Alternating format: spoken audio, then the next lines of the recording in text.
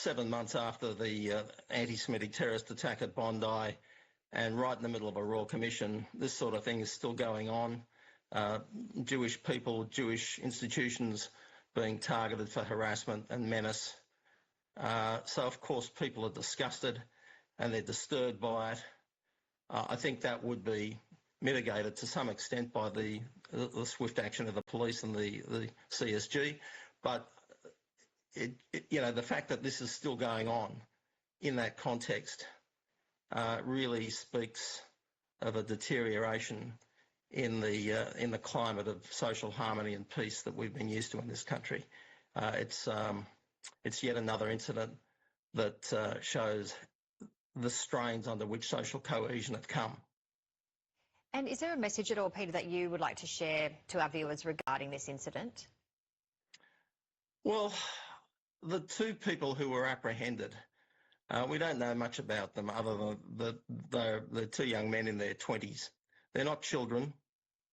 They knew what they were doing. And you have to ask yourself, what sort of families do they come from? What sort of upbringing did they have? What sort of values were they brought up with to do a thing like that in this country?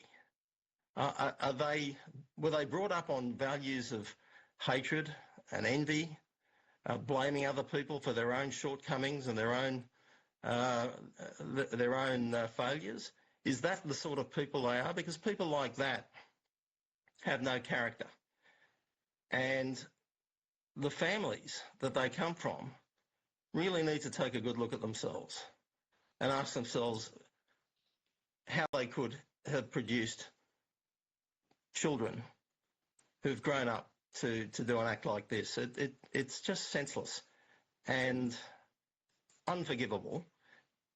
And it does actually really speak, I think, in a very profound way to some of the failures of not only those families but of our society more broadly, that polarisation and the lack of values has enabled this sort of thing to just keep happening after all the terrible things that we've been through over the last 6 months.